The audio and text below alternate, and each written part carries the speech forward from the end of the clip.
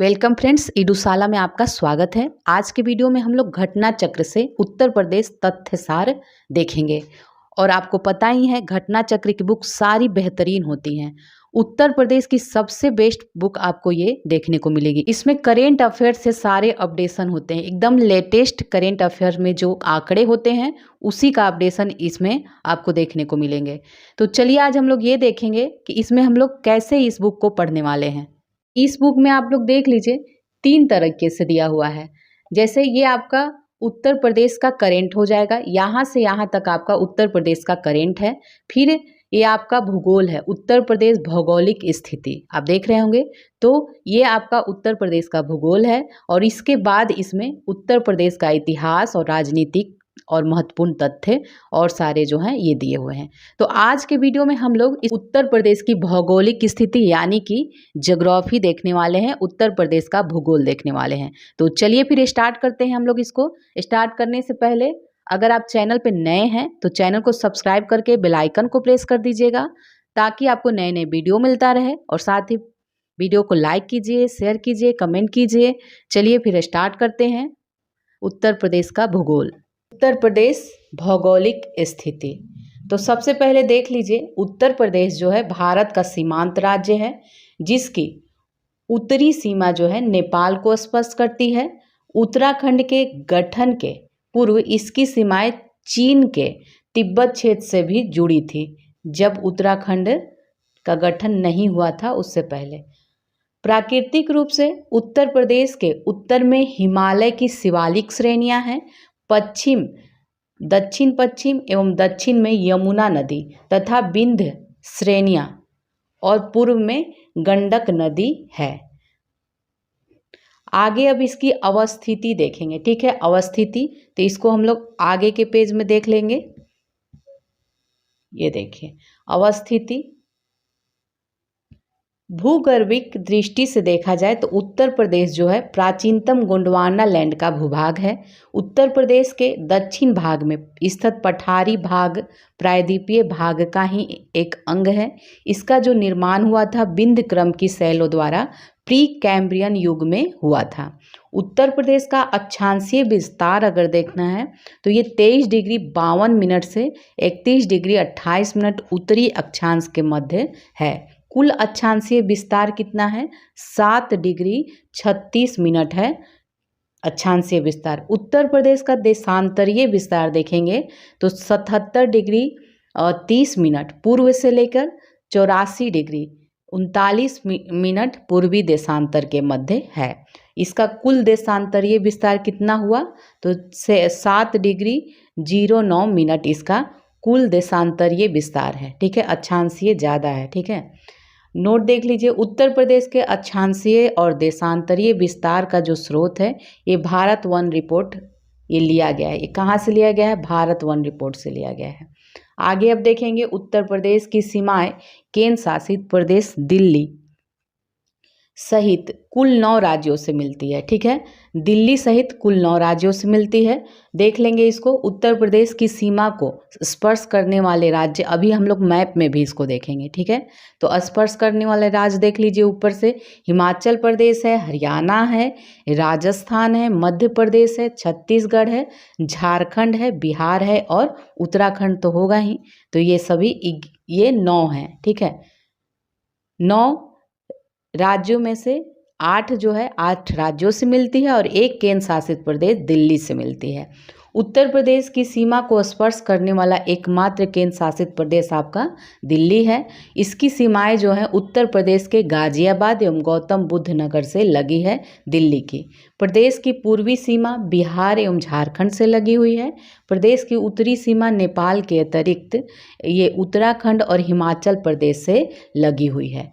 ये देखिए मैप देख लीजिए, ये आपको दिख रहा होगा उत्तर प्रदेश एवं सीमावर्ती राज्य। तो सबसे पहले यहाँ देख लीजिए, हिमाचल प्रदेश से केवल एक सहारनपुर जिला लगता है। तो उत्तर प्रदेश का जो सहारनपुर है ये हिमाचल प्रदेश से, उत्तराखंड के साथ सीमावर्ती 7 जिले लगते हैं उत्तराखंड के साथ। कौन कौन है? सहारनपुर है, मुजफ्फरपुर है, बिजनौर है, मुरादाबाद है, रामपुर, बरेली, पीलीभीत है। ये सभी कहाँ, उत्तराखंड के साथ लगते हैं। नेपाल से भी साथ लगते हैं। कौन कौन है, तो पीलीभीत है आपका, लखीमपुर खीरी है, ये आपका बहराइच है, ये आपका हो गया श्रावस्ती हो गया, ये बलरामपुर हो गया, ये सिद्धार्थनगर, ये महाराजगंज, ये नेपाल से लगती है, नेपाल से। ठीक है। अब सहारनपुर जिले के सीमावर्ती राज्य कौन कौन है। देखिए सहारनपुर आपका ये है, एक मिनट, ये आपका सहारनपुर है। तो इसके साथ कौन कौन राज्य लगता है, तो इसके साथ साथ देखिए इधर हरियाणा लगता है। ठीक है, हरियाणा लगता है, हिमाचल प्रदेश लगता है और उत्तराखंड भी लगता है। ठीक है, उत्तराखंड भी लगता है। तो सहारनपुर जिले के साथ 3 राज्य। नेक्स्ट देखेंगे अब सोनभद्र जिले के सीमावर्ती राज्य जो हैं, सोनभद्र नीचे है आपका, ये देख लीजिए सोनभद्र आपको दिख रहा होगा। तो इसके साथ जो है झारखंड भी लगता है, बिहार भी लगता है और छत्तीसगढ़, मध्य प्रदेश, ये 4 राज्य लगते हैं। ठीक है, एकमात्र सोनभद्र से ये 4 राज्य मिलते हैं। तो ये तो हो गया। इधर हम लोगों ने देख लिया, नेपाल और उत्तराखंड से देख लिया। इधर देख लीजिए बिहार से भी 7 जिले लगते हैं। कौन कौन, तो ये आपका हो गया कुशीनगर, देवरिया, बलिया, गाजीपुर, चंदौली और सोनभद्र, ये भी 7 हैं। तो 7 जिले ये यूपी के बिहार से लगते हैं। ठीक है। अब इधर देख लीजिए छत्तीसगढ़ से केवल 1 जिला लगता है, ये सोनभद्र है। झारखंड से भी केवल 1 जिला सोनभद्र है।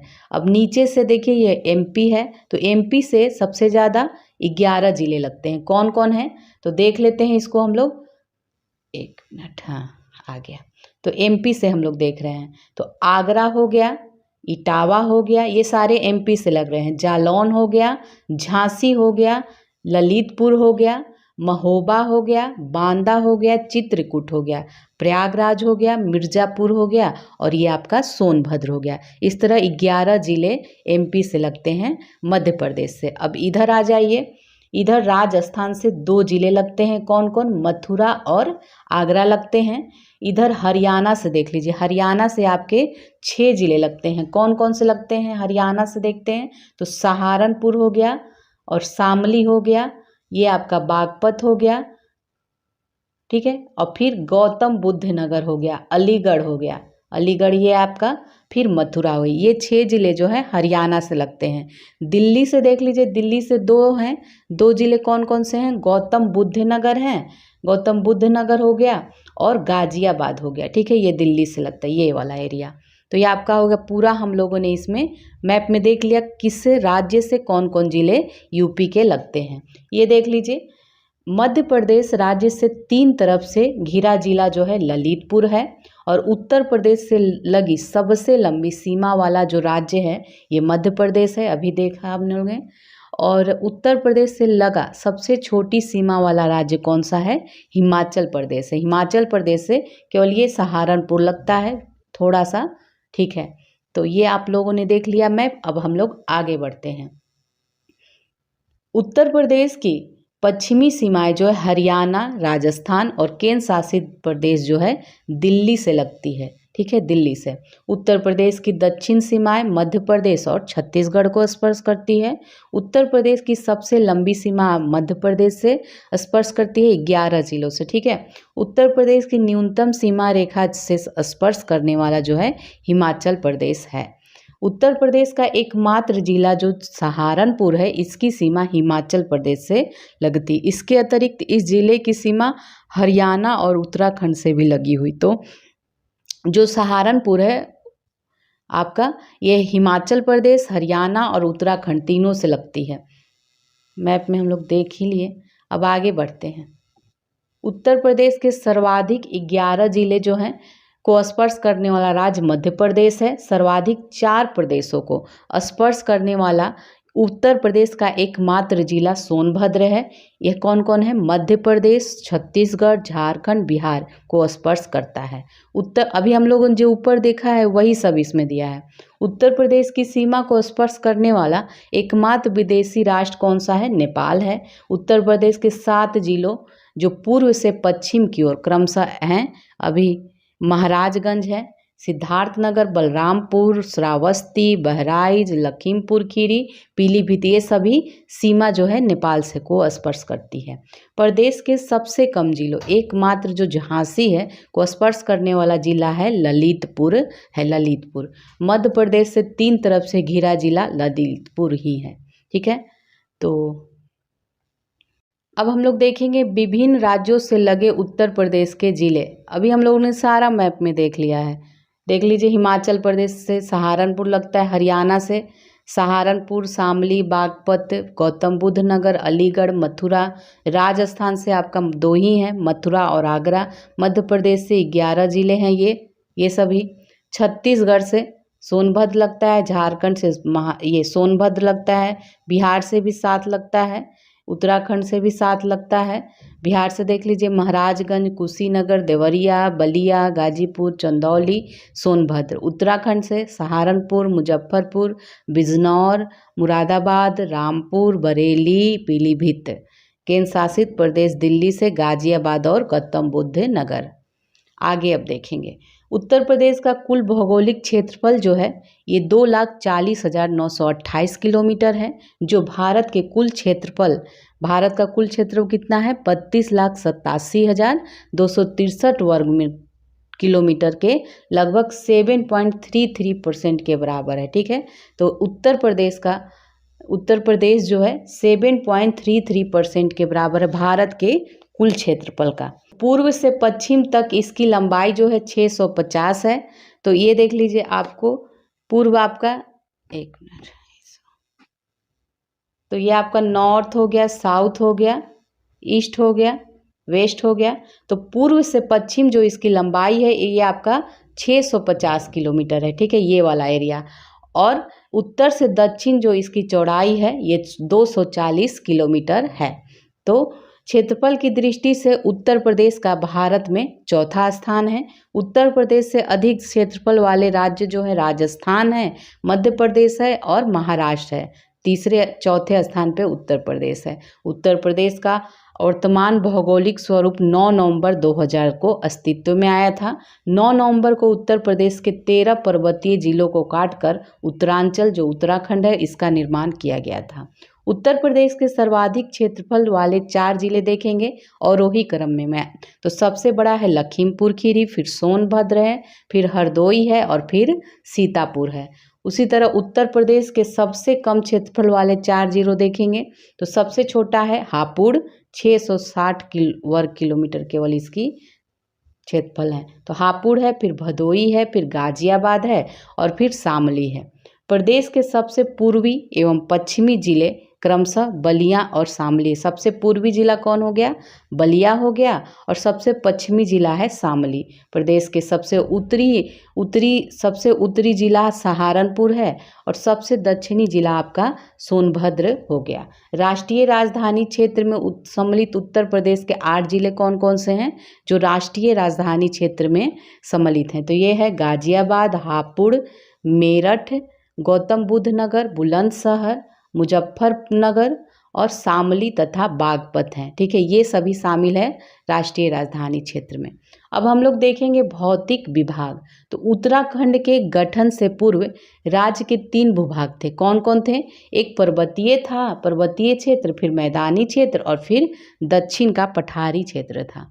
जब उत्तराखंड का गठन हो गया तो पूरा जो पर्वतीय क्षेत्र था ये उत्तर प्रदेश से अलग हो गया। तो अब इस पर्वतीय क्षेत्र से लगा हुआ भाबर तराई का क्षेत्र ही उत्तर प्रदेश में बचा है। ठीक है, तो उत्तर प्रदेश के वर्तमान में मुख्यतः 3 प्राकृतिक प्रदेशों में विभाजित करते हैं। कौन कौन? भाबर एवं तराई का प्रदेश, फिर गंगा यमुना का मैदान और फिर दक्षिण का पठारी प्रदेश हो जाएगा। तो भाबर एवं तराई का प्रदेश के बारे में विशेषता देख लेते हैं क्या है। तो ये जो भाबर एवं तराई प्रदेश है ये पश्चिम में पश्चिम में आपका सहारनपुर से लेकर पूर्व में देवरिया एवं कुशीनगर तक एक पतली सी पट्टी भाबर और तराई क्षेत्र कहलाती है। भाबर क्षेत्र जो है, भाबर क्षेत्र में नदियाँ लुप्त हो जाती हैं, जो तराई क्षेत्र में फिर से प्रकट हो जाती हैं। भाबर क्षेत्र में जलोढ़ पंख और जलोढ़ शंकु जैसी नदी से निर्मित स्थलाकृतियाँ बनती हैं। भाबर क्षेत्र में वह पर्वतीय भूभाग जो कंकड़ पत्थरों से निर्मित हैं। भाबर क्षेत्र वह पर्वतीय भूभाग है जो कंकड़ पत्थरों से निर्मित होता है। इस क्षेत्र का विस्तार जो है उत्तर प्रदेश के बिजनौर, सहारनपुर, पीलीभीत, शाहजहांपुर और लखीमपुर खीरी जिलों में हुआ है। पश्चिम में यह क्षेत्र जो है लगभग 34 किलोमीटर चौड़ा है। परंतु पूर्व की ओर बढ़ने पर यह संकरा होता जाता है, पतला होता जाता है। तराई क्षेत्र के बारे में देख लीजिए। भाबर के जो दक्षिण में दलदली एवं गाद मिट्टी वाला क्षेत्र है जो महीन अवसादों से ये निर्मित है, ये तराई क्षेत्र है। घने घने जंगल और लंबे हाथी घासों से ढका हुआ तराई क्षेत्र कभी 80 से 90 किलोमीटर तक चौड़ा था तथा इसके अंतर्गत ये सभी सहारनपुर, बिजनौर, रामपुर, बरेली, पीलीभीत, लखीमपुर खीरी, बहराइच, गोंडा ये सभी आते थे। ये सभी ज़िले इसमें आते थे। इधर कुछ वर्षों से भूमि सुधार के कार्यों के कारण इसकी चौड़ाई काफ़ी कम हो गई है। ठीक है, इसका काफ़ी भाग उपजाऊ भूमि के रूप में किसानों को प्राप्त हो गया है। अब यहाँ पे गन्ना, गेहूं तथा धान की फसलें रिकॉर्ड पैदावार दे रही है। अनेक जगहों पर जूट की भी अच्छी खेती हो रही है। प्रदेश के ऊंचाई वाले भागों में मिलने वाली प्राचीनतम जलोढ़ मिट्टी को राढ़ नाम दिया गया है। भाबर क्षेत्र और दक्षिणी पूर्वी क्षेत्र को छोड़कर पूरा प्रदेश नदियों द्वारा बाढ़ के दौरान लाई गई कांप मृदा से बना हुआ है। अब देखेंगे गंगा यमुना के विस्तृत मैदानी प्रदेश, दूसरा भाग है ये। तो इसको भी 3 उपभागों में बांटा गया है। कौन कौन है? गंगा यमुना का ऊपरी मैदान कह लीजिए, फिर गंगा का मध्य मैदानी प्रदेश और फिर गंगा का पूर्वी मैदान। तो ये आपका ऊपरी ऐसे मैदान हो गया, फिर आपका मध्य हो गया, फिर यहाँ पूर्वी मैदान हो गया। तो गंगा यमुना के ऊपरी मैदान का जो विस्तार है 500 किलोमीटर लंबी एवं 80 किलोमीटर चौड़ी पट्टी के रूप में है। गंगा यमुना के मध्य मैदानी प्रदेश का जो विस्तार है उत्तर प्रदेश के सहारनपुर से लेकर ये आपका बरेली जिला तक है।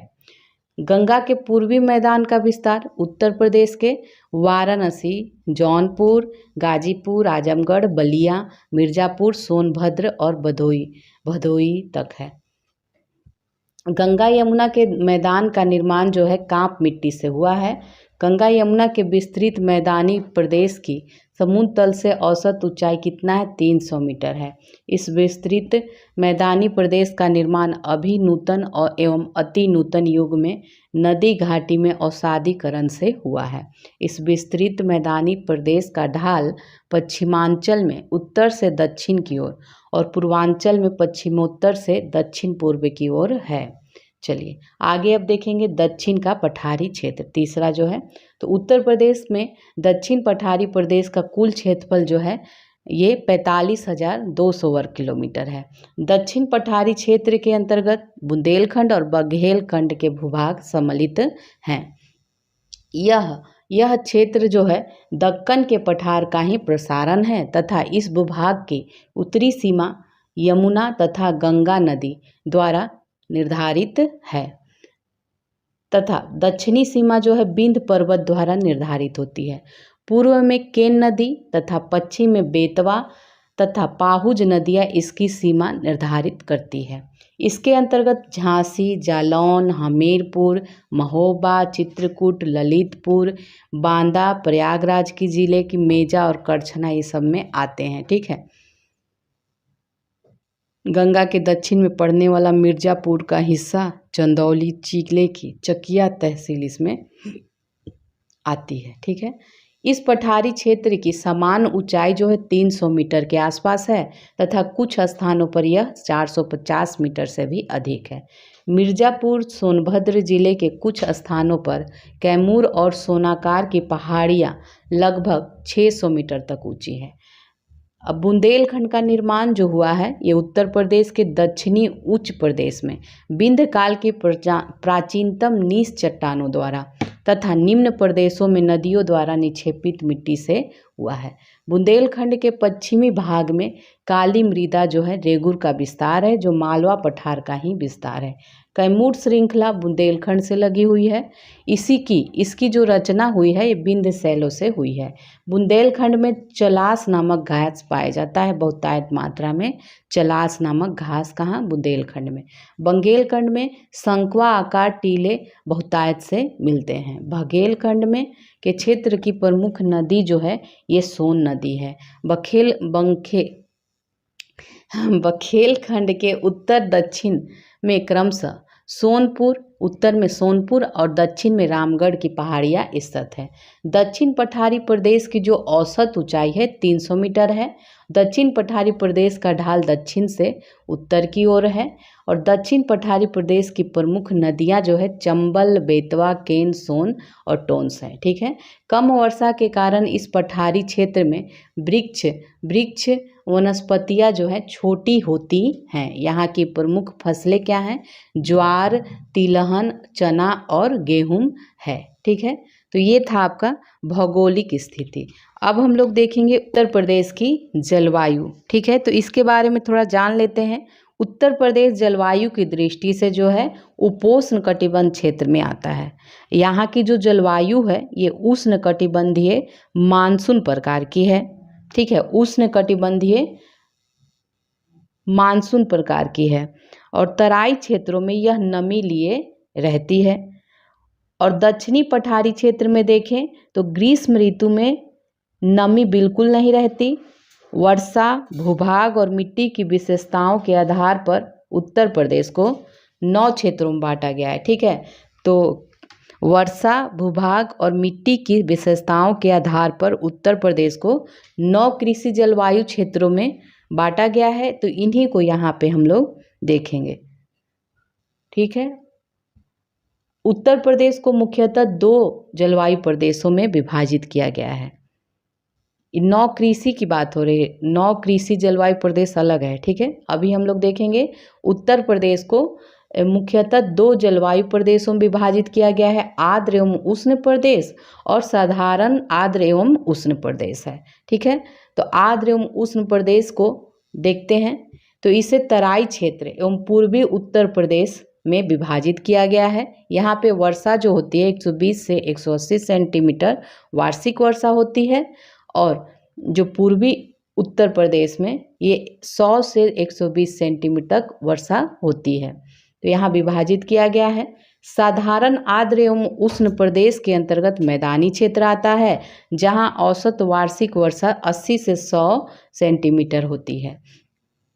पश्चिमी मैदान क्षेत्र और बुंदेलखंड के पठारी और पहाड़ी प्रदेशों में वर्षा की मात्रा कम पाई जाती है। इसका कारण क्या है कि प्रदेश में पूरब से पश्चिम, ठीक है, पूरब से पश्चिम और उत्तर से दक्षिण दाने पर आर्द्रता की जो मात्रा है ये घटती जाती है। इसीलिए कोपन के अनुसार देखा जाए तो उत्तर प्रदेश में जलवायु का जो शुष्क शीत वाला मानसूनी प्रकार जलवायु है इसे CWG, ये कोपेन के अनुसार है। ठीक है। कोपेन के अनुसार CWG है। थर्ड वेद के अनुसार देखा जाए तो उत्तर प्रदेश में CBW, तो दोनों याद रखिएगा, कोई भी पूछ लेगा तो CBW अर्थात समशीतोष्ण उपाद्र जलवायु का विस्तार मिलता है। उत्तर प्रदेश में मुख्यतः 3 ऋतुएं, शीत ऋतु, ग्रीष्म ऋतु, वर्षा ऋतु होती है। अब इनके बारे में देख लेते हैं। शीत ऋतु जो है उत्तर प्रदेश में शीत ऋतु अक्टूबर से फरवरी तक रहती है। इसमें शीत ऋतु में सर्वाधिक ठंडा जो है जनवरी में पड़ता है और उत्तर प्रदेश का तापमान उत्तर से दक्षिण की ओर बढ़ता है। ठीक है। शीत ऋतु में उत्तर प्रदेश का जो टेम्परेचर होता है ये उत्तर से दक्षिण बढ़ता जाता है। उत्तर प्रदेश के दक्षिणी पठार भाग में शीत ऋतु का औसत अधिकतम तापमान 28.3 डिग्री सेल्सियस तथा न्यूनतम जो तापमान है ये 13.3 डिग्री सेल्सियस रहता है। उत्तर प्रदेश के पश्चिमी मैदानी एवं पर्वतीय भागों का औसत न्यूनतम कितना होता है? 10 डिग्री सेल्सियस रहता है। उत्तर प्रदेश के मध्य मैदानी क्षेत्र में शीत ऋतु का औसत अधिकतम तापमान 27.2 डिग्री सेल्सियस होता है। उत्तर प्रदेश में शीत ऋतु में वर्षा जो है उत्तर पश्चिम से आने वाले चक्रवातों के कारण होती है, जिसकी औसत संख्या 3 से 5 के मध्य होती है।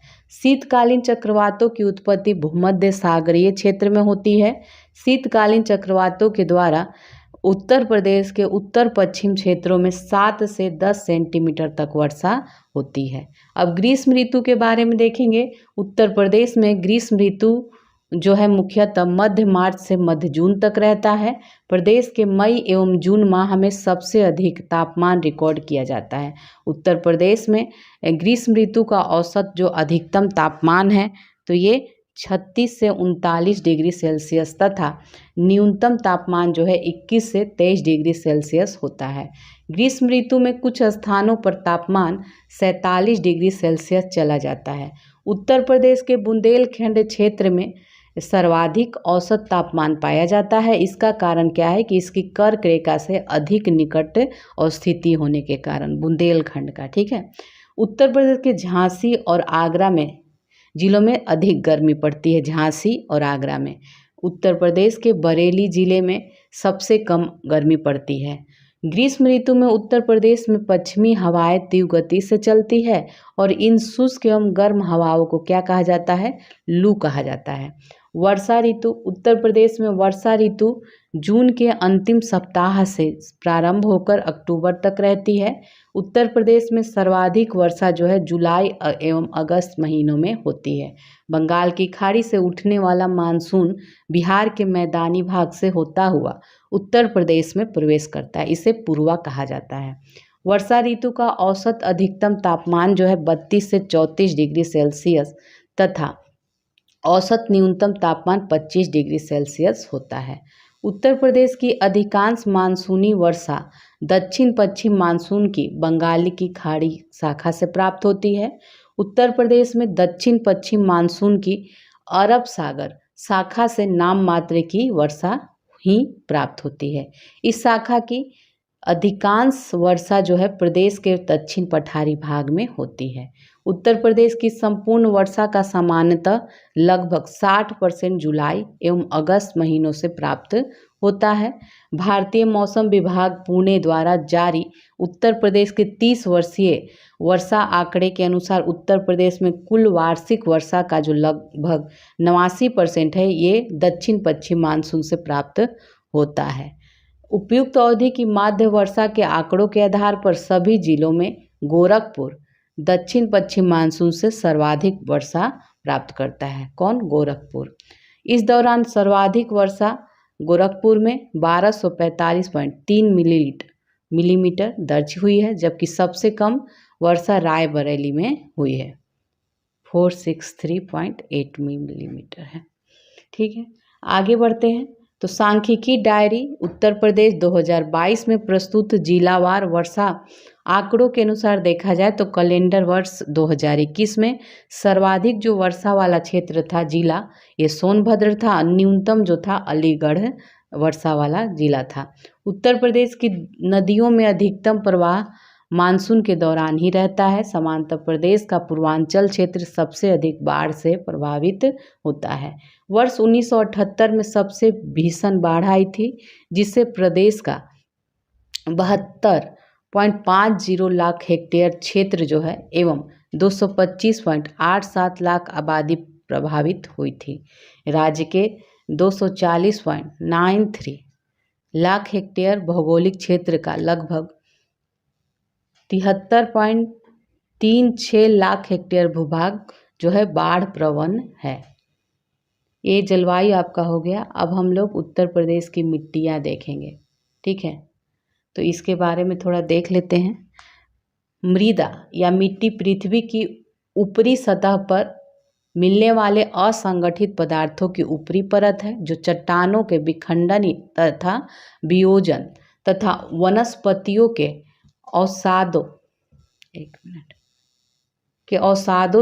के योग से ये बनती है। मिट्टी किसी भी क्षेत्र की मृदाएं पैतृक पदार्थ चट्टान, जलवायु दशाएं, ढाल की तीव्रता, वनस्पति और समय पर निर्भर करता है। उत्तर प्रदेश की मिट्टियों को प्रोफेसर वाडिया, कृष्णन एवं मुखर्जी के वैज्ञानिक विश्लेषण के आधार पर दो भागों में बांटा गया है। एक है गंगा के विशाल मैदान की नूतन और उपनूतन मिट्टियाँ, और दूसरा है दक्षिण पठार की प्राचीन रवेदार और विंध्यन शैलीय या बुंदेलखंडीय मिट्टियाँ। ठीक है, अब गंगा के विशाल मैदान की मृदाएं हम लोग देखेंगे। इस क्षेत्र में जो है, इस क्षेत्र की लगभग संपूर्ण मृदा को दो भागों में, कौन कौन, बांगर या पुरानी जलोढ़ मृदा और खादर या नवीन जलोढ़ मृदा में बांटा गया है। तो प्राचीनतम जलोढ़ जो है मिट्टी क्षेत्रों को बांगर कहते हैं और नवीन जलोढ़ मिट्टी को क्षेत्रों को खादर कहा जाता है। बांगर मिट्टी में फास्फोरस, चूना एवं ह्यूमस की पर्याप्त मात्रा पाई जाती है, जबकि नाइट्रोजन, पोटास आदि पदार्थों की कमी इसमें पाई जाती है।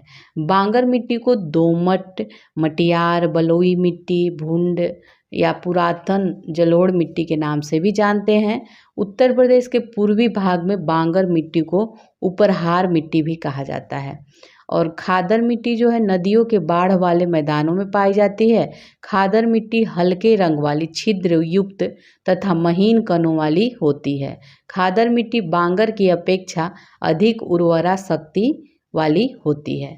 खादर मिट्टी में क्या होता है, तो खादर मिट्टी में सामान्यतः चूना, पोटास एवं मैग्नीशियम की अधिकता, जबकि नाइट्रोजन, फास्फोरस एवं ह्यूमस पदार्थों की कमी पाई जाती है। खादर मिट्टी को नूतन जलोढ़, बलुआ, सिल्ट बलुआ, मटियार, दोमट आदि नामों से भी जाना जाता है। लाल एवं काली मिश्रित मिट्टी जो है राज्य के झांसी डिवीजन, मिर्जापुर, सोनभद्र के साथ साथ प्रयागराज जिले के करछना और मेजा तहसील में पाई जाती है। इन जिलों के ऊपरी पठारी भाग में मिट्टी लाल है एवं दो प्रकार की हैं, परवा और राकड़। परवा जो है हल्की रेतीली या रेतीली दोमट है, जबकि राकड़ जो है क्षारीय है। भाबर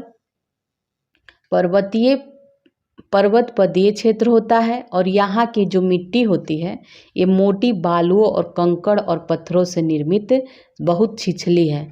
इस क्षेत्र में नदियाँ लुप्त हो जाती है। भाबर के समानांतर निचले भाग में तराई क्षेत्र विस्तारित है। यहाँ की जो मृदा है उपजाऊ, नम, दलदली और समतल है। इस मृदा में गन्ना एवं धान की अच्छी पैदावार होती है। उत्तर प्रदेश के गंगा यमुना दोआब एवं गंगा और रामगंगा दोआब क्षेत्रों में जलोढ़ या कांप मिट्टी का विस्तार है। उत्तर प्रदेश में जलोढ़ एवं दोमट मिट्टी सर्वाधिक क्षेत्र पर पाई जाती है। उत्तर प्रदेश में दोमट एवं बलुई मिट्टी को क्षेत्रीय भाषा में सिक्टा, करियाल एवं धनका भी कहा जाता है। इस क्षेत्र में बांगर मिट्टी जो है ऊंचे मैदानों भाग में पाई जाती है, जहाँ बाढ़ के समय नदियों का जल नहीं पहुँच पाता है।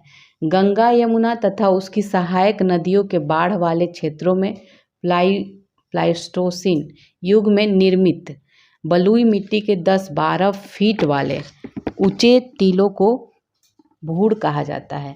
ये भूड़ जो होता है हल्की दोमट एवं मिश्रित बलुई मिट्टी होती है। अब देखिए बुंदेलखंडीय मृदा। उत्तर प्रदेश के दक्षिणी पठार की मिट्टियों को बुंदेलखंडीय मिट्टी कहा जाता है।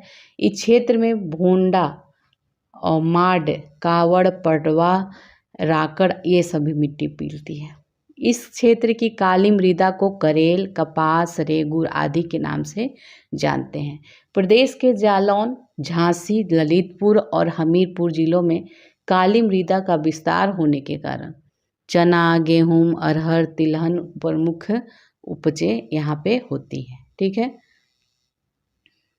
अब मृदा देख लीजिए और इसके नाम देख लीजिए। तो खादर को क्या क्या कहा जाता है? खादर को नवीन जलोढ़, कछारी, दोमट, मटियार, सिल्ट बलुआ।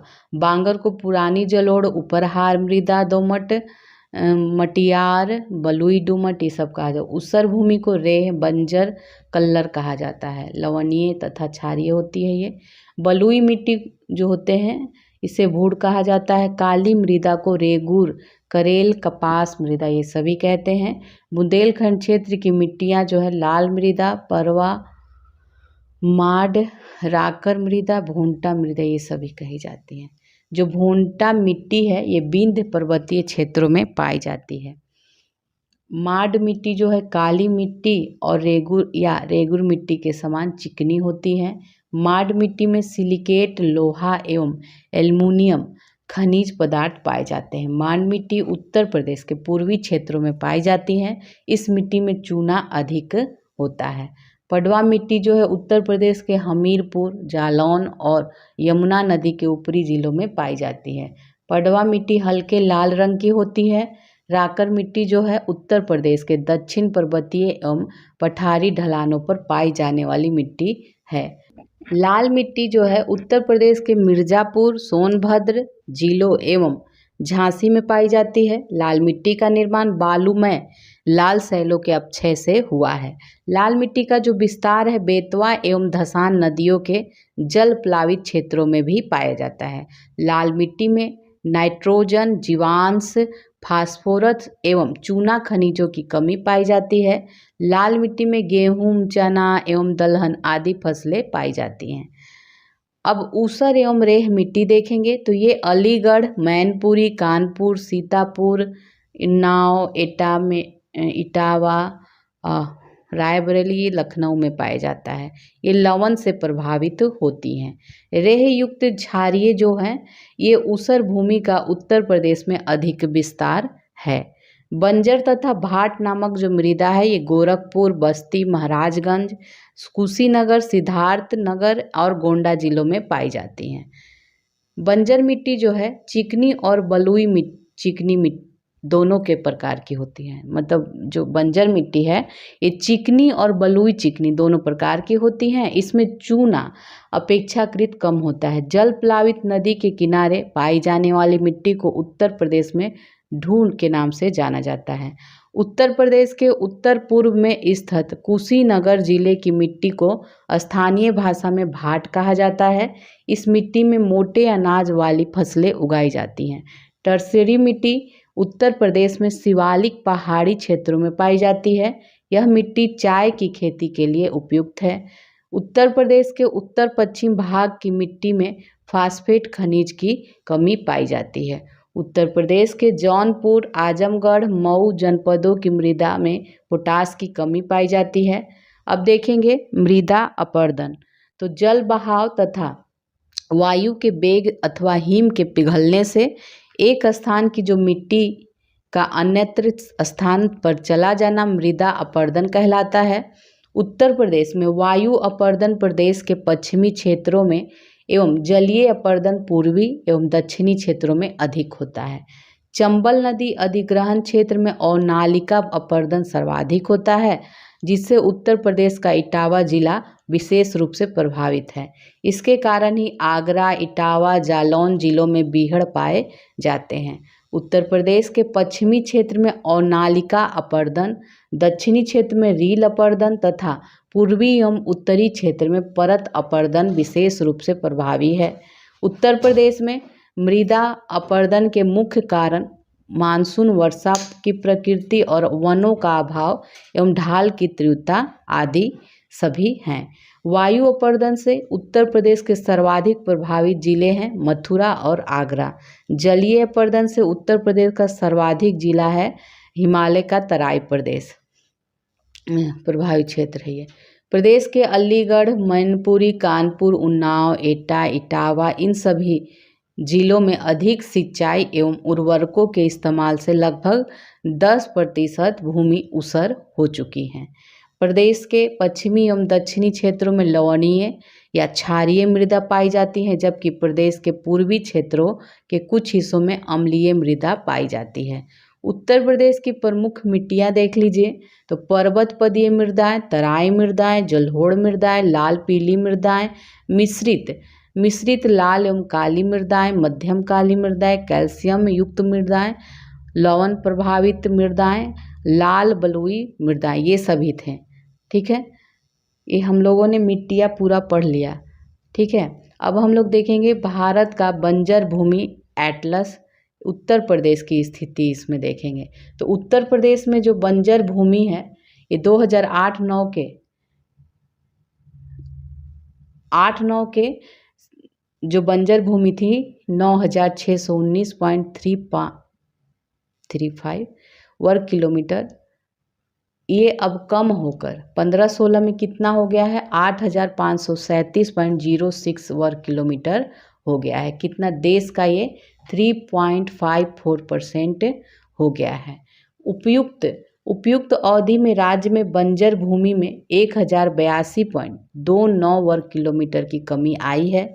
प्रदेश में 968.36 वर्ग किलोमीटर बंजर भूमि को कृषि भूमि में परिवर्तित किया गया है, जबकि 89.09 वर्ग किलोमीटर बंजर भूमि को जल निकाय में परिवर्तित किया गया है।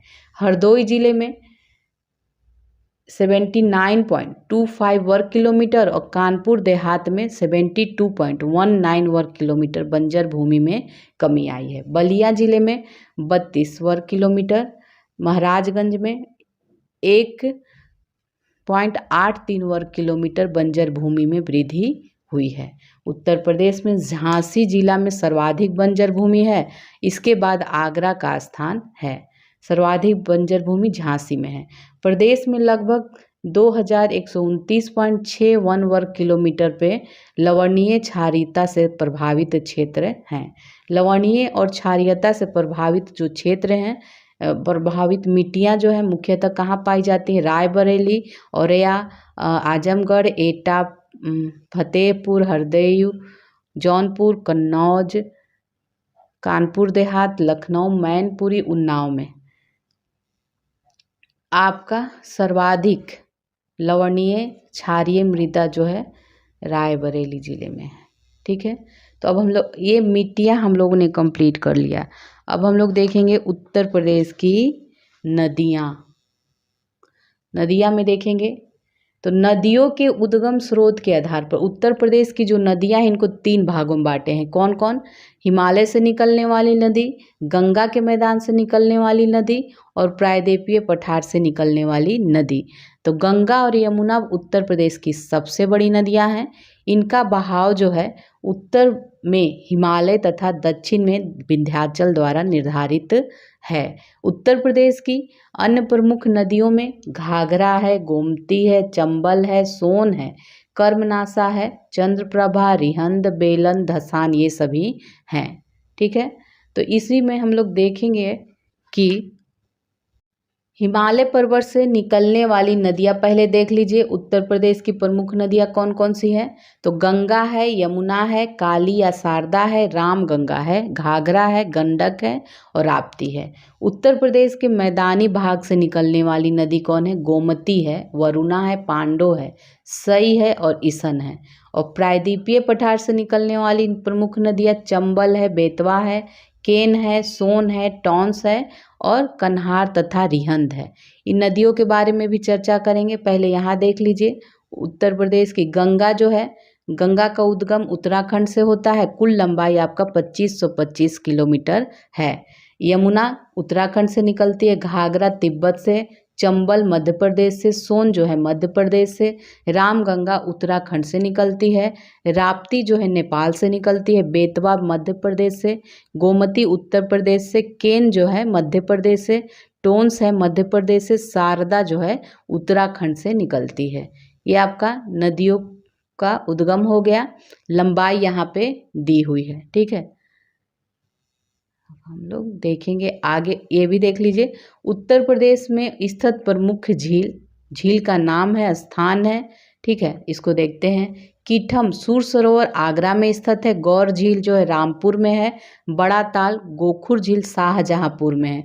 बरुआ सागर झांसी में। कुंदरा समुद्र उन्नाव में है। मदन सागर महोबा में है। टांडा दर्री जो है मिर्जापुर में। बेला सागर महोबा में है। चितौरा झील बहराइच में है। दरवन झील जो है अंबेडकर नगर में है। इसी तरह इधर देख लीजिए, सुरहा ताल जो है बलिया में है। करेला कहाँ है? लखनऊ में। समसपुर झील रायबरेली में है, राधा कुंड मथुरा में है, बल्हापारा कानपुर में है, राजा का बांध सुल्तानपुर में है, औंधी ताल जो है वाराणसी में स्थित है, मोती झील कानपुर शहर में स्थित है, और रामगढ़ झील जो है गोरखपुर में स्थित है, शेखा झील अलीगढ़ में स्थित है।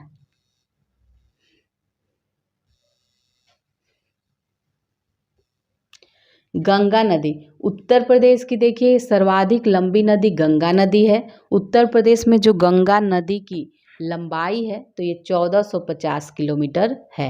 गंगा नदी की प्रमुख सहायक नदियाँ देखें तो ये रामगंगा है, घाघरा है, गंडक है, बूढ़ी गंडक है, बागमती है, कोसी और यमुना है।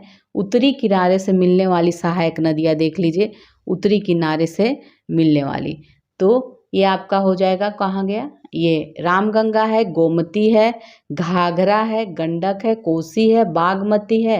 और अब देखेंगे दक्षिण किनारे से मिलने वाली सहायक नदी है, यमुना है, टोंस है और सोन है, गंगा की सहायक नदियाँ, ठीक है। और आगे भी देख लीजिए, गंगा नदी जो है यमुना एवं पौराणिक सरस्वती नदी से प्रयागराज में मिलती है। गंगा नदी का उद्गम गोमुख से होता है। उद्गम स्थान पर गंगा की जो मुख्य धारा है उसे भागीरथी कहा जाता है, ठीक है। भागीरथी जो है, भागीरथी एवं अलकनंदा नदी जो है संयुक्त, देखिए भागीरथी प्लस अलकनंदा मिलती है तो इसे इस संयुक्त धारा को इसके गंगा नदी कहते हैं। इन दोनों नदियों का जो संगम है ये देवप्रयाग उत्तराखंड में होता है। धौली गंगा नदी अलकनंदा नदी से विष्णुप्रयाग में मिलती है। मंदाकिनी नदी रुद्रप्रयाग में अलकनंदा नदी से मिलती है। हरिद्वार से गंगा नदी मैदानी क्षेत्र में प्रवेश करती है। बिजनौर जनपद से गंगा नदी जो है ये आपका उत्तर प्रदेश में प्रवेश करती है। गंगा नदी उत्तराखंड, उत्तर प्रदेश, बिहार, झारखंड, पश्चिम बंगाल राज्यों से होकर गुजरती है और कन्नौज के निकट गंगा नदी से रामगंगा नदी मिलती है। गंगा नदी बांग्लादेश में बंगाल की खाड़ी से मिलती है। गंगा नदी के किनारे स्थित उत्तर प्रदेश के प्रमुख नगर देखेंगे तो फर्रुखाबाद है, कन्नौज है, कानपुर है, प्रयागराज है, मिर्ज़ापुर है, वाराणसी है, गाजीपुर है और गढ़मुक्तेश्वर, ये सभी है। गंगा नदी के बारे में हम लोगों ने देखा। अब हम अच्छा अभी एक लाइन और देख लीजिए। कानपुर जो है गंगा नदी के दाएं किनारे एवं वाराणसी जो है बाएं किनारे पर स्थित है। अब यमुना नदी के बारे में देखेंगे। यमुना नदी का उद्गम बंदर पूंछ के पश्चिमी ढाल पर स्थित यमुनोत्री निम्न से हुआ है। यमुना नदी उत्तराखंड, हिमाचल प्रदेश, हरियाणा, दिल्ली, उत्तर प्रदेश में बहती है। यमुना नदी जो है उत्तर प्रदेश के कहाँ कहाँ, सहारनपुर, शामली, बागपत, गाजियाबाद, गौतम बुद्ध नगर, अलीगढ़, मथुरा, इन सभी जिलों से होकर बहती है। चंबल नदी यमुना नदी से इटावा के पास मिलती है। बेतवा जो है यमुना नदी से हमीरपुर के निकट मिलती है। बांदा में भोजहा के निकट यमुना नदी से केन नदी मिलती है। इसमें देख लीजिए उत्तर प्रदेश में प्रमुख झीलें या ताल दिया हुआ है, ठीक है। ये फिगर आप लोग देख रहे होंगे, कुछ देख लीजिए इनमें। जैसे आपका रामताल मेरठ में है, सागर ताल आपका बदायूं में है, लिलौर झील बरेली में है, फुल्लर झील जो है पीलीभीत में है, ठीक है। लाख झील, बहोसी ताल, देवरिया ताल, ये सभी कन्नौज में है, ठीक है। करेला झील कहाँ है, लखनऊ में है। चितौरा झील आपका बहराइच में है। पार्वती एवं अर्गा ये आपका गोंडा में है, हो गया। दरवन झील जो है अंबेडकर नगर में। बखीरा झील जो है ये यहाँ पे है संत कबीर नगर, ठीक है, ये है आपका ये वाला एरिया। गोरखपुर में रामगढ़ ताल है, ये देख लीजिएगा आप लोग। समसपुर झील कहाँ है, ये आपका रायबरेली में है। बेती झील है प्रतापगढ़ में। राजा का बांध भोजपुर ताल ये सुल्तानपुर में है। सुराहा ताल कहाँ है, बलिया में है। आंधी ताल है वाराणसी में है। मिर्ज़ापुर में है। टांडा दरी ताल एवं सिरसी जलाशय दरार गर्त है। सोनभद्र में गोविंद वल्लभ पंत सागर जो कृत्रिम झील बना है ये है। और बेती झील आपका प्रतापगढ़ में, मुराई ताल फतेहपुर में है, महोबा जो है बेला सागर झील महोबा में, ये दोनों झीलें हैं। बरुआ सागर और लक्ष्मी ताल झांसी में है, मोती झील जो है कानपुर नगर में है, नवाबगंज झील कुंदरा समुद्र ये कहाँ है, उन्नाव में है, उन्नाव में, ठीक है। कीठम झील या सुर सरोवर ये आपका आगरा में है। नोह झील, मानसी गंगा, कुंडताल, राधा व श्यामा झील ये सभी कहाँ है, मथुरा में है। सागर ताल झील है आपका बदायूं में। सब हो गया आपका। चलिए अब आगे देखेंगे। यमुना नदी हम लोग देख रहे थे, तो यमुना उत्तर प्रदेश में यमुना नदी जो है बृहद चाप का निर्माण करती है। उत्तर प्रदेश के मथुरा, वृंदावन, आगरा, इटावा, कालपी, हमीरपुर, कौशाम्बी सभी यमुना नदी के किनारे स्थित हैं। अब रामगंगा के बारे में देख लीजिए। रामगंगा जो उद्गम है हिमालय की दुधा टोली श्रेणी से होता है और रामगंगा नदी कार्बेट नेशनल पार्क से होकर बहती है। रामगंगा नदी जो है कालागढ़ से मैदानी भागों में प्रवेश करती है। अब शारदा नदी के बारे में देखेंगे तो शारदा जो नदी है इसका उद्गम कुमाऊं हिमालय से है और प्रारंभ में इसे काली गंगा या गौरी गंगा के नाम से जाना जाता है। शारदा नदी पीलीभीत एवं नेपाल की सीमा निर्धारित करती है। शारदा नदी ब्रह्मदेव के निकट मैदानी भागों में प्रवेश करती है। सांप की भांति टेढ़े मेढ़े मार्ग से होकर प्रवाहित होने वाली नदी शारदा नदी है। शारदा एवं घाघरा नदी का संगम बहराम घाट के निकट होता है। अब देखिए घाघरा नदी का उद्गम माप चाचुंगो हिमनद से होता है। घाघरा नदी की सहायक नदियां जो है करनाली है, सिख, टीला, सेडी, बेरी, राप्ती, छोटी गंडक है। आगे देखेंगे अब इसे क्या घाघरा नदी को सरयू नदी के नाम से भी जानते हैं। अयोध्या जो है सरवी नदी के किनारे स्थित है। 1080 किलोमीटर प्रवाहित होने वाली के बाद यह जो नदी है छपरा बिहार के निकट गंगा में मिल जाती है। राप्ती नदी के बारे में, राप्ती नदी का उद्गम स्थल जो है रुकुमकोट नेपाल में है। राप्ती की सहायक नदी रोहिणी है। राप्ती एवं घाघरा नदियों का जो संगम है ये देवरिया में बरहज स्थान पर है। चंबल नदी का उद्गम जनाव पाव पहाड़ी महू मध्य प्रदेश में है। चंबल की सहायक नदियाँ काली सिंध, पार्वती, बनास है। चंबल नदी मध्य प्रदेश, राजस्थान एवं उत्तर प्रदेश राज्यों की सीमा को निर्धारित करती है। चंबल नदी पर बनाए गए प्रमुख बांध हैं ये गांधी सागर बांध, राणा प्रताप सागर बांध, जवाहर सागर बांध है। चंबल नदी अपने अवनालिका अपर्दन एवं बीहड़ों के लिए प्रसिद्ध है। और देख लीजिए चंबल नदी जो है उत्तर प्रदेश के इटावा जिले में यमुना में मिलती है। बेतवा नदी का जो उद्गम है ये आपका कुमरा गांव रायसेन से होता है। बेतवा नदी उत्तर प्रदेश के झांसी, औरैया, जालौन, हमीरपुर से होकर बहती है। यह नदी हमीरपुर के समीप यमुना नदी मिलती है। इसका संस्कृत नाम वेत्रवती है। बेतवा नदी पर निर्मित राजघाट बांध के जलाशय को रानी लक्ष्मीबाई सागर के नाम से जानते हैं। केन नदी देख लीजिए। केन नदी का उद्गम जो है कैमूर पहाड़ी से हुआ है और इसे कर्णवती के नाम से भी जानते हैं। केन नदी यमुना नदी का संगम भोजहा के निकट होता है। केन नदी का यमुना नदी का संगम जो मिलता है ये भोजहा के निकट। सोन नदी जो है उत्तर प्रदेश के मिर्जापुर एवं सोनभद्र जिलों से होकर प्रभावित होती है और इसकी सहायक नदियां जो है रिहंद है, कन्हर है, उत्तरी कोयल है। गोमती नदी का उद्गम उत्तर प्रदेश के पीलीभीत जिले के फुल्लहर झील गोमत ताल झील से होता है। गोमती नदी जो है उत्तर प्रदेश के पीलीभीत, शाहजहांपुर और लखीमपुर, सीतापुर, लखनऊ, सुल्तानपुर ये सभी जगह से होकर होती है। उत्तर प्रदेश की राजधानी जो है लखनऊ, सुल्तानपुर, जौनपुर नगर गोमती नदी के किनारे स्थित है। गोमती नदी की विभिन्न सहायक नदियां हैं सई, गचाई, जुमकाई, बरना, चूहा भी है और ये सरयू है, गिरी है, कल्याणी, कथना ये सभी किसकी है? गोमती नदी की। टोंस नदी देख लीजिए। इसका उद्गम तारमा कुंड कैमूर से होता है और इसकी सहायक नदी बेलन नदी है और कई प्रसिद्ध इस पे जलप्रपात स्थित हैं। टोंस एवं गंगा नदी का संगम जो है सिरसा प्रयागराज में होता है। टोंस नामक एक अन्य नदी का उद्गम बंदरपुच्छ पहाड़ी उत्तराखंड से होता है, परंतु यह उत्तर प्रदेश में प्रवाहित नहीं होती है।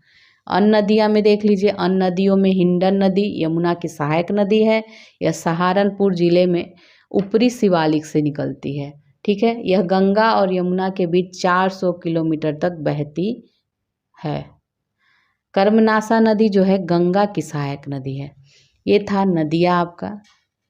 अच्छा, अभी और है इसका कर्मनासा। देखिए, कर्मनासा नदी गंगा की सहायक नदी है और बिहार के कैमूर जिले में स्थित कैमूर से निकलती है। यह उत्तर प्रदेश के मिर्ज़ापुर के जिले के मैदानी भागों से बहते हुए बिहार और उत्तर प्रदेश की सीमा का निर्धारण करती है। चौसा के निकट कर्मनासा जो है नदी गंगा में मिल जाती है। मगई नदी गंगा की उपसहायक नदी है। कुकरैल नदी जो है गोमती की सहायक नदियाँ हैं। तो ये आपका हो गया नदियाँ से संबंधित। ये आपका बांध दिया हुआ है। ठीक है, बांध का नाम किस नदी पर है और कहाँ है। तो गोविंद सागर बांध जो है गोविंद वल्लभ पंत सागर रिहंद नदी पे सोनभद्र पिपरी में है। ओबरा रिहंदी नदी पे है, रॉबर्ट्सगंज सोनभद्र में है। माता टीला बेतवा नदी पे है, ललितपुर में। मूसाखंड कर्मनासा नदी चंदौली में है। जिरगो नदी मिर्ज़ापुर में है। अहरैरा जो है अहरौरा गराई नदी पे मिर्ज़ापुर में है। मेजा जो है बेलन नदी पे है, मिर्ज़ापुर में है। ठीक है, अभी और है अधवा जो है अधवा नदी पे मिर्ज़ापुर में है। सिरसी बखेर नदी पे मिर्ज़ापुर में है। पारीक्षा बेतवा नदी पे झांसी में है। गढ़वा जो है गढ़वा नदी चित्रकूट में है। जामिनी नदी पे है, ललितपुर में है। रोहिणी नदी पे ललितपुर में है। शहजाद नदी पे ललितपुर में है। गोविंद सागर शहजाद नदी पे ललितपुर में है। सजनाम नदी पे ललितपुर में। राजघाट जो है बेतवा नदी पे ललितपुर में है। मौदहा जो है बिरमा नदी पर हमीरपुर में है। सुकमा डुकमा ये बेतवा नदी पे है और झांसी में है। चंद्रप्रभा नदी पे चकिया चंदौली में है। कनहर जो है कनहर नदी पे रॉबर्ट्सगंज ये सोनभद्र में है। अर्जुन जो है अर्जुन नदी पे महोबा में है। सलारपुर करदिया नदी पे है, महोबा में। पथराई जो है पथराई और सुखनाई नदी पे झांसी में है। ठीक है, तो ये था आपका झीलें, और ये झील नहीं, प्रमुख बांध थे। अब आगे हम लोग देखेंगे। आगे देखिए, ये आपका उत्तर प्रदेश के रामसर आर्द्र भूमि स्थल है, इसको देख लीजिए। बखीरा वन्य जीव अभयारण्य जो है संत कबीर नगर में है। हैदरपुर आर्द्र भूमि मुजफ्फरनगर बिजनौर में है। सुर सरोवर जो है ये आपका आगरा में है। ये क्या है, रामसर आर्द्र भूमि स्थल हम लोग देख रहे हैं। ठीक है, तो पार्वती अर्गा पक्षी विहार गोंडा में है। समान पक्षी विहार मैनपुरी में है। समसपुर पक्षी विहार रायबरेली में। सांडी जो है सांडी पक्षी विहार आपका हरदोई में है। नवाबगंज पक्षी विहार उन्नाव में है। और ये सरसई नवार झील जो है इटावा में है। ऊपरी गंगा नदी जो है ये आपका हो जाएगा विस्तार, पता नहीं कहाँ है, लिखा नहीं। चलिए आगे, ये आपका नदियाँ कंप्लीट हो गया। उत्तर प्रदेश का वन एवं प्राकृतिक वनस्पतियाँ अब हम लोग देखेंगे। तो उत्तराखंड के गठन के कारण उत्तर प्रदेश का अधिकांश जो वन क्षेत्र है उत्तराखंड में चला गया। अब उत्तर प्रदेश में मात्र 6.15% जो है क्षेत्र, ये 2021 ठीक है वन रिपोर्ट के अनुसार 6.15% जो है वनावरण क्षेत्र है। ठीक है, वृक्षावरण क्षेत्र देखा जाए 3.08% है। तो इसे मिलाकर यह प्रतिशत 9.23 तक पहुंचता है। तो प्रदेश सरकार के द्वारा इसे 15% तक पहुंचाने का लक्ष्य रखा गया है। ठीक है, तो इसको हम लोग देखेंगे, यहाँ से देखते हैं। उत्तर प्रदेश की प्रथम जो वन नीति है वर्ष 1952 में आया था। द्वितीय जो है 1988 में आया था। राष्ट्रीय वन नीति 1988 के अनुसार किसी भी भौगोलिक क्षेत्र के 33.33 मतलब 33.33% भूभाग पर वन होना आवश्यक है। ये 88 के अनुसार राष्ट्रीय वन नीति के अनुसार था। तो 1988 में राष्ट्रीय वन नीति लागू हुई थी। इसी परिप्रेक्ष्य में उत्तर प्रदेश में भी उत्तर प्रदेश वन नीति 1998 लागू की गई थी। वर्तमान में उत्तर प्रदेश वन नीति 1998 के स्थान पर प्रदेश में राज्य वन नीति 2017 लागू कर दी गई है। राज्य सरकार द्वारा भारतीय वन अधिनियम 2000 अप्रैल 2001 में लागू हुआ है। ठीक है, राज्य सरकार के द्वारा। किसी राज्य में वनों का क्षेत्रफल जो है वन क्षेत्र एवं वनावरण, फॉरेस्ट एरिया और फॉरेस्ट कवर दोनों के आधार पर व्यक्त किया जाता है। ठीक है, वन भूमि के रूप में अभिलिखित भू क्षेत्र को वन क्षेत्र के रूप में निरूपित किया जाता है, चाहे उसमें वन हो या ना हो। वनावरण से आशय क्या उपग्रहों द्वारा चित्रित वह भूभाग होता है जो वास्तविक रूप से वन आच्छादित होता है। उत्तर प्रदेश वन निगम की स्थापना जो हुई है 25 नवंबर 1974 को की गई है। भारत एवं वन स्थिति रिपोर्ट 2021 में देख लीजिए। तो भारत वन सर्वेक्षण द्वारा 2021 में प्रस्तुत वन रिपोर्ट जो है के अनुसार उत्तर प्रदेश में कुल अभिलिखित वन क्षेत्र जो है ये 17,384 वर्ग किलोमीटर है, जो भौगोलिक क्षेत्र का कितना है, क्षेत्रफल का 7.22% है। कुल अभिलिखित वन क्षेत्र जो है में अभिलिखित वनों का 11,560 वर्ग किलोमीटर क्षेत्र, संरक्षित वनों का 296 वर्ग किलोमीटर क्षेत्र और वर्गीकृत का 5,528 वर्ग किलोमीटर क्षेत्र इसमें शामिल है। ठीक है, तो वन रिपोर्ट 2021 के अनुसार उत्तर प्रदेश का कुल वनावरण जो है 14,817.89 वर्ग किलोमीटर है, जो कि उत्तर प्रदेश के कुल भौगोलिक क्षेत्रफल का 6.15% है। आगे देख लीजिए, इसमें यहाँ पे देखिए अति सघन वन जो है, अति सघन वन कुल क्षेत्र का 1.09% है। मध्यम सघन वन जो है कुल क्षेत्र का 1.67% है और जो खुले वन है ये 3.39% हैं। ये देखिए ये जो वन रिपोर्ट 2019 था उसके संशोधित आंकड़ों की तुलना में राज्य में जो वनावरण में 12.24 वर्ग किलोमीटर की वृद्धि हुई है। ठीक है, वृद्धि हुई है। उत्तर प्रदेश में वृक्षावरण कुल भौगोलिक क्षेत्रफल के 3.08% क्षेत्र में है, मतलब 7,421 वर्ग किलोमीटर में कुल वृक्षावरण है। उत्तर प्रदेश में झाड़ियों का जो क्षेत्र है ये आपका 0.23% में है। उत्तर प्रदेश में अधिकतम वनावरण वाला जिला आपका सोनभद्र है। यहाँ पे 2,436.75 वर्ग किलोमीटर वनावरण है, जो जिले के भौगोलिक क्षेत्र का 35% है। ठीक है, 35.29% है। उत्तर प्रदेश में न्यूनतम वनावरण वाला जिला जो है भदोई है और ये मात्र कितना है, 0.37% है। ठीक है, सबसे कम यहाँ वन है। अब आगे हम लोग देखेंगे इसको आगे। हाँ, प्रदेश में अति सघन जो वन है क्षेत्र है, सबसे ज़्यादा अति सघन लखीमपुर खीरी में है। अधिकतम मध्यम वन जो है एवं खुला वन जो है सोनभद्र में। तो अधिकतम मध्यम वन क्षेत्र एवं खुला वन सोनभद्र में। उत्तर प्रदेश में सर्वाधिक वन जो है तराई एवं भाबर क्षेत्रों में पाए जाते हैं। अब वनों के प्रकार देख लीजिए। उत्तर प्रदेश में मुख्यतः 3 प्रकार के वन पाए जाते हैं: उष्णकटिबंधीय आर्द्र पर्णपाती वन, उष्णकटिबंधीय शुष्क पर्णपाती वन और उष्णकटिबंधीय कंटीली झाड़ियाँ। उत्तर प्रदेश में उष्णकटिबंधीय आर्द्र पर्णपाती वन जो है तराई एवं भाबर क्षेत्रों में पाया जाता है। आर्द्र पर्णपाती वनों में साल, बेर, गुल्लर, पलास, महुआ, सेमल, आंवला, जामुन, बांस, बेत ये सभी वृक्ष पाए जाते हैं। उत्तर प्रदेश में शुष्क पर्णपाती वन जो है पूर्व, मध्य एवं पश्चिम के क्षेत्रों में पाए जाते हैं। शुष्क पर्णपाती वनों में क्या आता है? नीम, पीपल, शीशम, जामुन, अमलतास, बेल, अंजीर के वृक्ष पाए जाते हैं। झाड़ियाँ एवं घासें जो हैं शुष्क पर्णपाती वनों में ही पाई जाती हैं।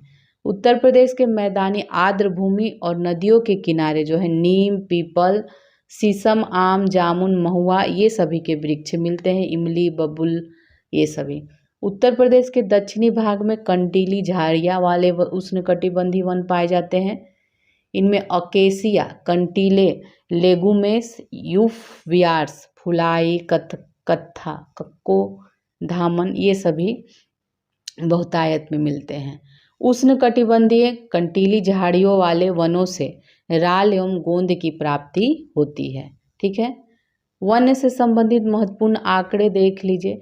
अधिकतम वन क्षेत्र प्रतिशत वाले 5 जिले देखते हैं तो सबसे ज़्यादा सोनभद्र में है, फिर चंदौली परसेंट में हो रहा है। ठीक है, परसेंट हम लोग देख रहे हैं। सोनभद्र है, फिर चंदौली है, फिर चित्रकूट है, फिर पीलीभीत है और फिर श्रावस्ती है। न्यूनतम वन क्षेत्र वाले 5 जिले देख लीजिए, भदोई है, फिर मैनपुरी, देवरिया, बदायूं, मनु ये सभी हैं। अधिकतम वन क्षेत्रफल वाले जिले कौन से हैं? ठीक है, तो सबसे ज़्यादा सोनभद्र में है, फिर लखीमपुर खीरी, फिर मिर्ज़ापुर, पीलीभीत, फिर चित्रकूट है। न्यूनतम वन क्षेत्र वाले 5 जिले भदोई है, मऊ है, मैनपुरी है, संत कबीर नगर है और देवरिया फिर उसके बाद है।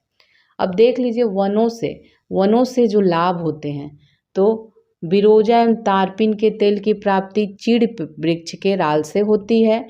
कत्था की प्राप्ति खैर वृक्ष से होती है। बेत एवं बांस का उपयोग मुख्यतः कागज उद्योग में कच्चे माल के रूप में करते हैं। बीड़ी बनाने हेतु तेंदू वृक्ष पत्तों के उपयोग किया जाता है।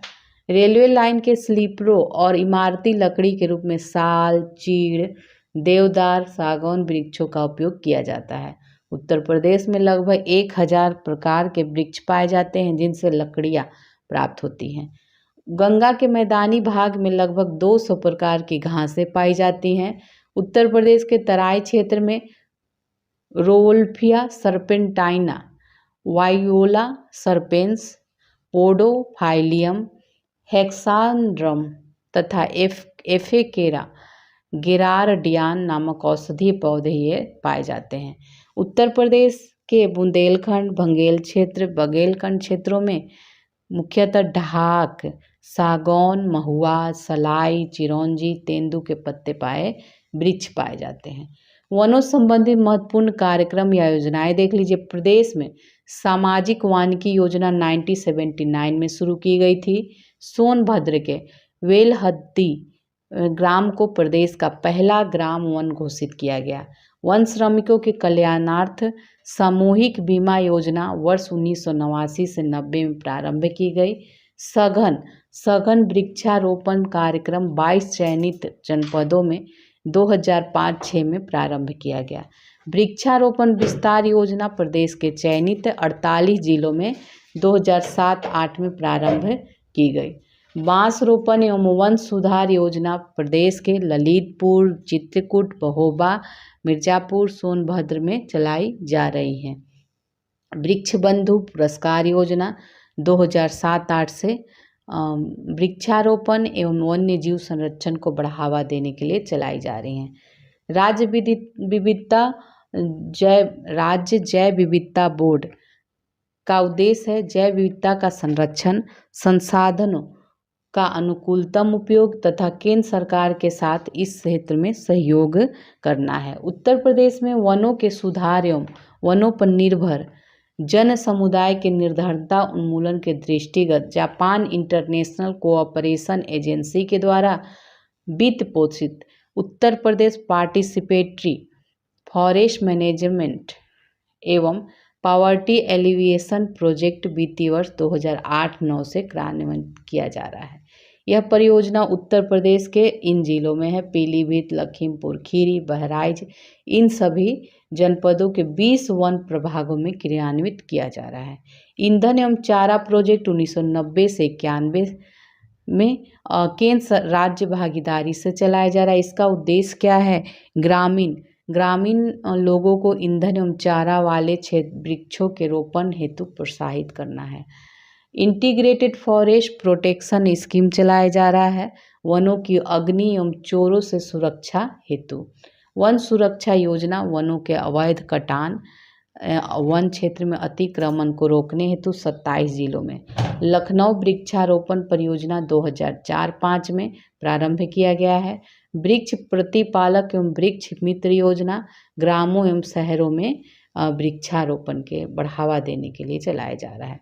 समग्र वन विकास योजना, जिसके अंतर्गत औद्योगिक एवं प्लाईवुड वृक्षारोपण, ईंधन वृक्षारोपण, सड़क के किनारे वृक्षारोपण, बीहड़ों का वनीकरण, रामगंगा घाटी क्षेत्र योजना आदि को सम्मिलित किया गया है। उत्तर प्रदेश में वन प्रशिक्षण संस्थान की स्थापना 1988 में कानपुर में हुई। वनों की उत्पादकता में वृद्धि करने हेतु 1970 में कानपुर में राज्य वन अनुसंधान प्रयोगशाला स्थापित की गई, जिसे 1993 में राज्य वन अनुसंधान संस्थान के रूप में उच्चीकृत किया गया है। उत्तर प्रदेश में संयुक्त वन प्रबंधन 1992 में प्रारंभ हुआ। उत्तर प्रदेश के वनों को 1935 में राजकीय संपत्ति घोषित किया गया। उत्तर प्रदेश के वन महोत्सव का आरंभ जुलाई 1952 में हुआ। वन महोत्सव प्रतिवर्ष जुलाई के प्रथम सप्ताह 1 से 7 जुलाई के दौरान मनाया जाता है। वन महोत्सव आंदोलन का मूलाधार है। वृक्ष का अर्थ जल है, जल का अर्थ रोटी है और रोटी ही जीवन है। वन अनुसंधानशाला देहरादून में स्थित है। उत्तर प्रदेश के वन सेवा अधिकारियों एवं कर्मचारियों को प्रशिक्षण भारतीय वन महाविद्यालय देहरादून में दिया जाता है। यूकेलिप्टस वृक्ष को पारिस्थितिकी आतंकवादी कहा जाता है। उत्तर प्रदेश के तराई क्षेत्र में समाना प्रकार की लंबी घासें मिलती है। उत्तर प्रदेश में वृक्षावरण की वृद्धि के लिए 1 जुलाई 2001 से ऑपरेशन ग्रीन योजना शुरू की गई।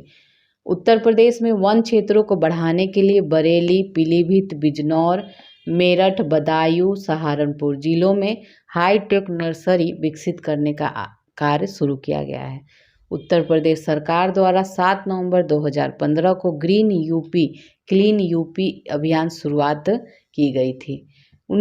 ये 2017-18 से 2022-23 तक के 6 वर्षों में प्रदेश में लगभग 137 करोड़ पौधों का रोपण किया गया। उत्तर प्रदेश सरकार द्वारा प्रदेश में 25 करोड़ वृक्षारोपण मिशन 2020 के बाद वृक्षारोपण जन आंदोलन 2021 के तहत 30 करोड़ एवं